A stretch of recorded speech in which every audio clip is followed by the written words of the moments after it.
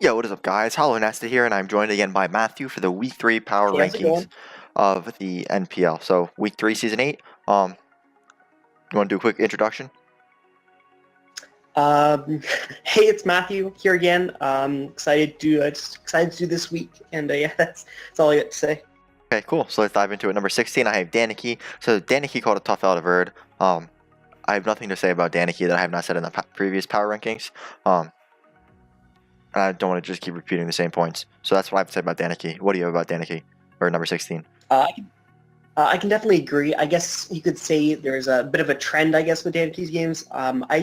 In terms of this game, there's a few structural issues that I have with the team that I kind of want to point out. I think that's something that happens in a lot of his games is there's kind of structural issues. The first kind of thing is kind of a lack of taunt on Frostlass, and this actually turns out to be kind of bigger than it might seem at first with stuff like Toxic Spice, which turns out to be important enough because his opponent never really wants to kind of switch in his Zygarde to get poisoned. I also kind of want to critique how kind of obscenely weak to Necrozma his team ended up being. When you know you're going to face a Necrozma, you would try to prep around it a little bit better, I think.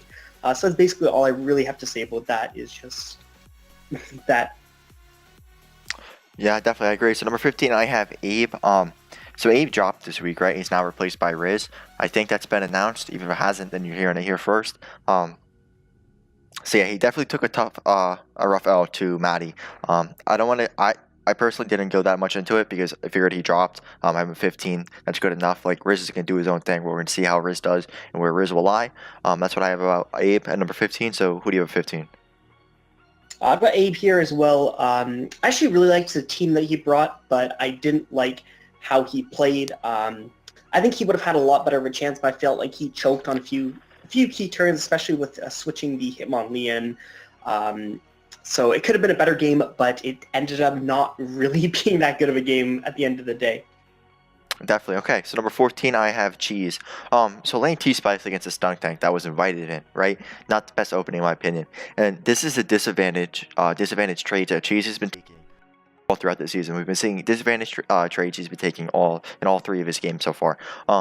So he's being put at this disadvantage, and then we were seeing his opponents are able to properly exploit the holes that he now has because of these disadvantage trades, and then really punish him and close away the games. So I would really like to see Cheese play better, right, and not make these plays that objectively leave him in a worse spot. So you do number 14. So Cheese as well, I think that's a very good point to touch on, the idea of poor trades.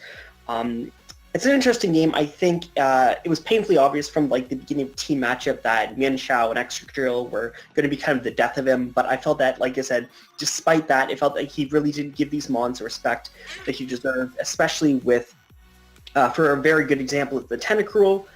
He basically traded his Tentacruel for forcing Skuntank to come in and absorb Toxic Spikes and take, like 12% from each turn before recovery. The other turn, obviously, was when he brought Jirachi in and got 2 killed by knockoff. He really got manhandled when his true fighting resist was able to get blown away as quickly as it did. And like I said, that's something you could see from Team Preview, but that's something that he didn't really identify from Team Preview. I definitely agree. Okay, so number 13, I have Verd, right? So Verd played really well and aggressive this game. He punished Dan really hard. Pretty solid game. A win over Dan, in my opinion, is not going to move him up to number 1. But definitely a step in the right direction. We'd like to see him continue winning, continue playing better and solid like he did. So who did number 13?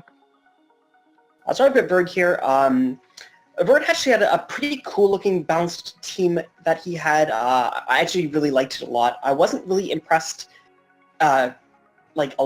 insanely by kind of the prep that he brought on those Mons, which is kind of why I put him as low. But I felt the team really relied, and I find that a few of his teams do this a lot. They rely on a lot of things falling together and working perfectly. And I find that if any one of those kind of cogs don't fall in place, I find that the team structure really starts to falter.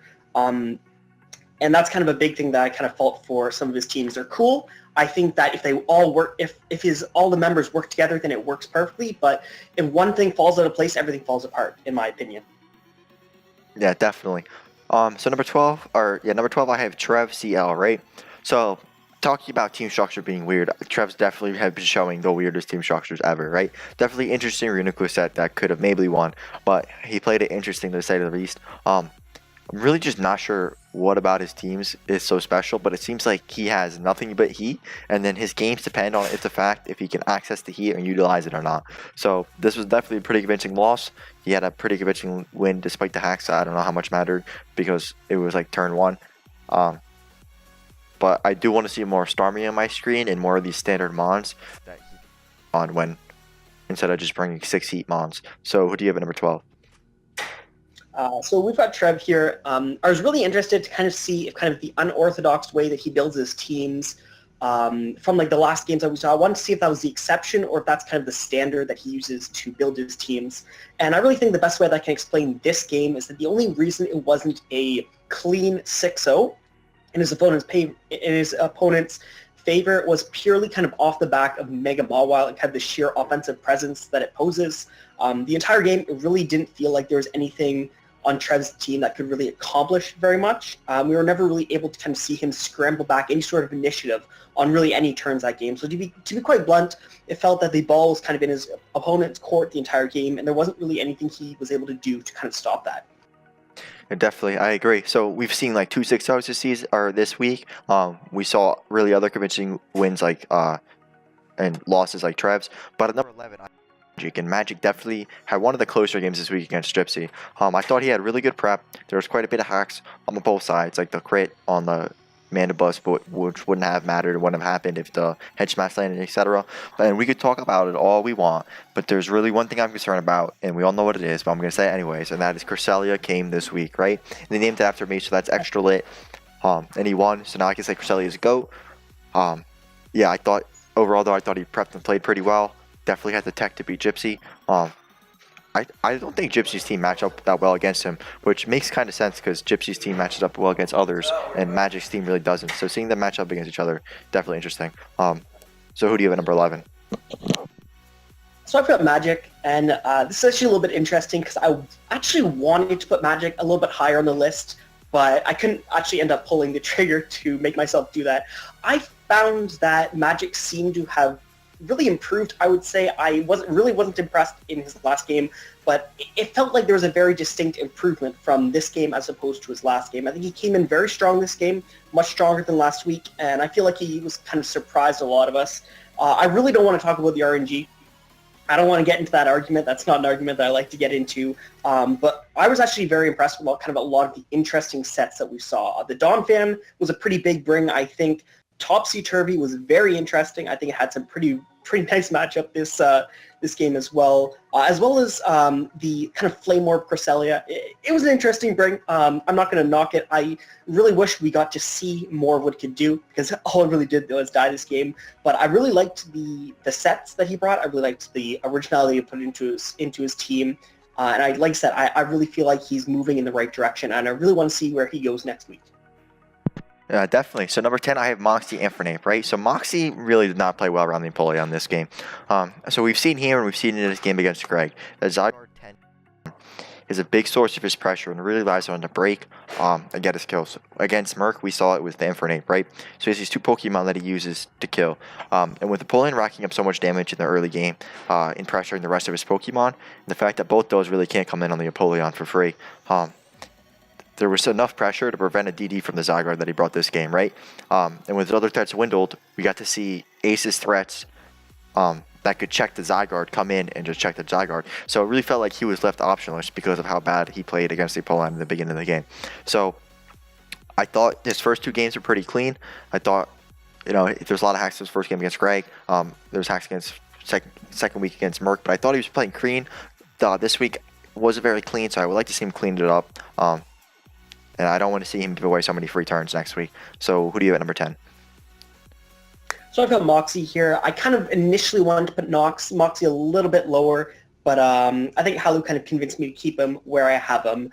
I actually thought he played as I think this game was one of the lowest, I would say, ranked games of the week. But he brought some interesting things, but ultimately I felt it was a very gimmicky game. And to sum it up, I would say very unstable. I think that's the best way to describe that. You certainly had some interesting brings, but it really struggled to get the ball rolling with anything. And all the sets that he brought didn't do what they were intended to do.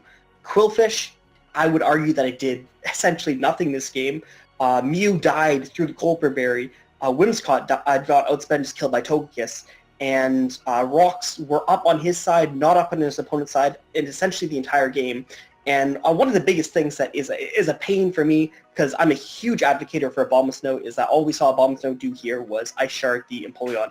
I think if you want to draft slow breaker type Pokemon like Abomasnow, you really have to kind of pull the trigger on those turns on the switches.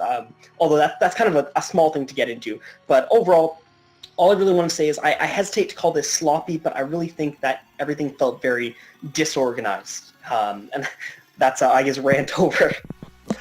No, definitely, I see 100% where you're coming from. But at number 9, I have Aster J, right? So Aster played this game very weirdly, to say the least. And he didn't respect the Scizor at all. This is evident by the fact that he gave a free SD after letting his Savali Steel die. I think it died. Anyway, yeah, no, it died. So just really, really weird gameplay, right? Did not identify Greg's threats. Did not check Greg's threats. Let him roam free. I hope this was just a misstep, as like bad games happen. His first 2 games were pretty solid. This was definitely a bad game. That's why I have number 9. Who do you have at number 9? So weird is definitely the keyword to take away from this. Like Hallu said, everyone has a bad game, but this was a very strange game. There certainly were some RNG elements that made the game a lot closer than it kind of had any right to be. But I thought overall I thought it was pretty good. I enjoyed watching the game, honestly. I think both players played respectably enough, all things considered, for the most part. The main thing for me was that I felt he didn't give the 2 steel types that he was facing enough respect. The only one that he really had that could honestly check either one of them was Silvally Steel, and we see obviously from this game that is only really able to check one of them. And like I don't know the sets on Aster's team, but I think it's going to be hard for people to disagree with me, but I think it was a 100% choke not attacking the Scizor. And if you didn't have a fire move to attack Scizor, then I think it was a 100% misprep as well. So it's either a choke or a misprep, and neither is something you want kind of on your record, I guess. The game really didn't end the way that I guess we thought it did, but yeah, that's all I've got to say about that. Definitely. Okay, so number 8, I have Mr. Murkra, right? So this is another game where luck, at just the right moment, helped push the game in his favor, but somehow I feel like he just choked this one away, right? He did not capitalize his stance to beat the Mesprit, and as we see, because he didn't, he lost anyway, so he might as well have just gone for it and tried, I think. And for some reason, he sacked his Cortana to the Dragonite. I don't know why he sacked his Cortana. I think this was like the bigger one, but I'm not sure why. So definitely interesting gameplay with endgame like that. I think he will continue to struggle against the top tier players, right? Because these endgames are going to be close when you're playing someone that's like thinks they're the best, at least. We'll put that category. They're going to be able to punish you endgame, especially if you make plays like this. So definitely want to see him clean it up. Who do you have at number 8? So we've got Merc right here. Merc was very much annoyed by hazards this game. I think Stealth Rock really ended up taking its toll at the end of the game. You could kind of look back at how much work it really ended up putting on pressure with the Zapdos and the Arrow. Funnily enough, to kind of touch on the Kartana turn, I thought that was an interesting turn. I was very confused by that, so I actually had to run it into the calculator, and I think max roll Smart Strike does up to 42%, so it was just out of range, so I can kind of understand the Swords Dance play, although getting in that position was a little bit awkward in the first place, but I can't get it because he was going to revenge with Arrow anyways. Some of the biggest turns right here, which I really didn't agree with, were the Heatran. I mean, you have Shook a Heatran, that doesn't mean you have to let it take an Earthquake every time. Losing the Dugtrio as well was kind of an awkward turn. I think he was just saying, okay, watch him pull the rest out of this anyways. Either that or it was a stab, but either way, I was a little bit confused with that. And probably letting the Zapdos get poisoned and have rocks go up. Those were, I think, were the really key turns this game. And like I said, I think it was a kind of a solid game. I enjoyed watching it, but yeah, that's where we put Merc. Definitely. Okay, so number 7, I have Matty Brawlick, right? So Snack Wrap win versus Abe. Spinef drops definitely helped him close it out, but I don't think they were necessarily needed to win, right? Both his wins, though, so far from an 0-3 teams against Chiefs and Abe. So I'm definitely looking to see him prove himself more in the upcoming games. Yeah, rated higher before we move him up and commit him to like the top of the power rankings. So number 7. So we got Matty Brolick here, and I'm slowly becoming a very big fan of Matty Brolick. His teams, in my opinion, are almost always very structurally sound. I find he is able to build fairly well, and I think that's kind of the biggest element of league play. In this game, for example, he had pretty much a direct answer for almost everything on his opponent's team, barring maybe some specific lure sets that he would obviously have to play around. So Lottie was shut down very easily by something like Celesteela plus T-Tar. He had Mega shut down by Celesteela. Hitmonlee was checked even by Delmuse, because I'm assuming it was something like Colperberry. And I mean, that's as close as you're going to get to checking something like Hitmonlee, because Hitmonlee is a broken Pokemon. But Matty was able to kind of pressure his opponents to not defog this game, and the effects of that were directly noticeable. And again, like I said, I just want to really hone into the team. I really like how he builds his teams. I feel like he builds his teams in a way that, and I don't say this as an insult, I say this actually as a compliment, even though it's going to sound like an insult. He builds his team in a way that lets him play brainlessly. And I think if you can win a game without using any brain power, then that really reflects on your team building skills. But that's everything I got to say about Matty. Cool. So number 6, we have Crobat for the win, right? So solid prep, solid play, dealt with Trevor accordingly and dominated the whole game. There's been a lot of snack wrap games this week, very one-sided games. This was definitely one of them. Unfortunately, though, even at 2-1, right, Dan and Trev, similar to Matty, they're not the most impressive wins. Nor is the loss against Rob the most devastating. So right now I have him somewhere in the middle of the pack. We'll see how he turns out the rest of the season. Yeah. All right, so I've got Crobat here, and I actually think it's very interesting because, like we mentioned, it was a very easy win for Crobat. I feel like there was never really a wasted turn, but what I really feel like is it felt like this game was almost a choreographed game because of how kind of systematic it was. We see the Mamo 1v1 the Piloswine in the direct turns that it needed to do that. We see the Rotom come in, 1v1 the Breloom, essentially flexing his entire moveset, going for the defog, going for the Wisp, then going for the Hidden Power, and then going for the Volt Switch after that, as well as actually having the Berry work pretty much exactly as it was intended to work. We see the Taunt Tornadus come in and easily shut down, setting up Reuniclus. It was a very easy game, I think, and that's really all we can really take away from this game. Definitely. So number 5, I have Ace of Base, right? So yeah, this is another game where he got exceptional value from his Apollyon, right? Another standout Apollyon game was his win against Trev. So he's playing very well, right? Barring maybe a little bit of misplay against Gypsy. But yeah, playing very well, getting good values from his Pokemon, and having good prep, right? Wish Lottie throws me back to Gen 5. Used it, but yeah, overall solid prep, solid execution from Ace, getting great value from his Pokemon, playing aggressively when he needs to, and safe when he doesn't. Yeah, excited to see him the rest of the season. Ace of Base. So we've got Ace to Base here. I think Ace is a very consistent player. I think that's one of the better ways of talking about it. We talked about how he's kind of middle of the pack, and I really do feel he's very consistent. I really feel like this week Ace should have won this game a lot more decisively than he actually did, given what he was kind of facing. But it was a good net game nonetheless, and he came out with the win. And I do just want to kind of see him focus a little bit more on the plays, in my opinion. But I do definitely think that solid play and solid prep is a perfect way to explain him. Right, so number 4, I have the Bee's Knees, right? So one thing that I think Adam would really appreciate is a bit of better team support / play around his D-Knight. That was very crucial to the Bees, and his win here against Merc, right, was also crucial. But as we see that his team actually prevents D-Knight from getting multiscale with the Sand from Hippowdon coming up, breaks the multiscale. Multiscale-less D-Knight is a lot less of a threat. Definitely want to keep multi-scale attack. Also, we see his hazard removal in this game, I think it was non-existent unless it was the D-Knight. So definitely would like to see more support to the D-Knight so it could be way more threatening. But regardless, it was a solid game, solid prep. If he doesn't want to build around his D-Knight, it's his style. I'm not complaining, just would like to see it because I think teams will be able to punish the multi-scale D-Knight or the multi-scale-less D-Knight more often. And I could see him not getting the value that he would want from his D-Knight because he's hindering its ability. Yeah, so where do you have Adam?